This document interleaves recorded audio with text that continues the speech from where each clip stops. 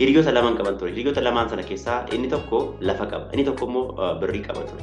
Inni lafa qabu suni lafa isaa gurguree waan ta'e bitachuu barbaade. Kana jechuun bilbila iPhone bitachuu barbaade jechuudha.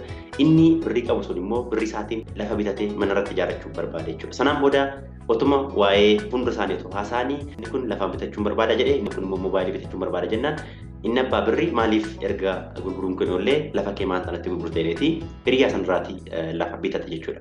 Sana booda guyyaa muraasa booda walii galuutiin abbaan birrii abbaa lafaa ta'e abbaan lafaa immoo abbaa moobaayilii ta'e jechuudha.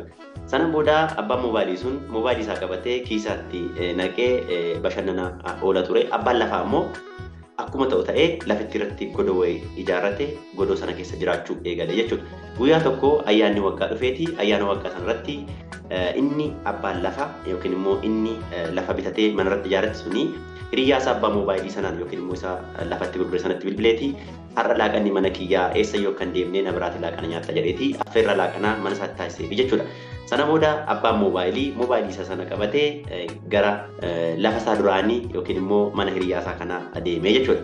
Sana booda laaqana nyaatanii otuma ta'anii buna dhuganiiti bilbilli abbaa bilbilaaf bilbilame jechuudha. Sana booda gaafa bilbilli bilbilamu meesin haasaa ani isan dubbanne gurguree isa dubbatu bitadhee isa dubbatu waliin haasaa aisammu jecha jaratti kolfaa namatu naa bilbile jedheeti bilbila isaa haasa'utti ga'e jechuudha. Akkasaaf muudii qabate namni kun. Sana booda otuma haasa'uti namni mana keessa baay'ee waca waan ta'eef bilbilli dhaga'amullee gara alaa ba'ee bilbila isaa haasa'uu eegale jechuudha. Sanaan booda mucaan sun gadi ba'ee akkuma bilbila isaa haasa'ee xumureen fincaan isa qabnaan otoo manatti ol hin deebiin achumaan gara mana fincaanii deemee jechuudha.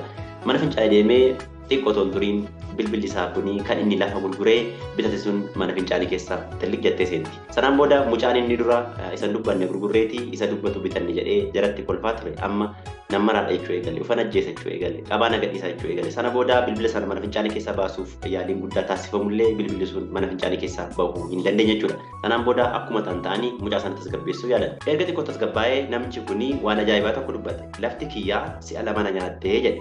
Akkam jennaan jalqaba narkaa baatee orma harka seente. Amma immoo bilbila kiyya narraa nyaatteedha. Yoo xiqqoo ture yookiin immoo lafa kanarra yoo xiqqoo ture amma immoo anumaan nyaatteeti gudii na goote jedheeti yamiin lakkoo na baase jecha mooraa sana lakkisee badee jedhama. Hiriyyaan kee akkas ta'e kuni eenyudhanni Caalaa moo Raggaasaa Tolaa moo Futtaasaa jettanii akka maqaan hin gaafanne.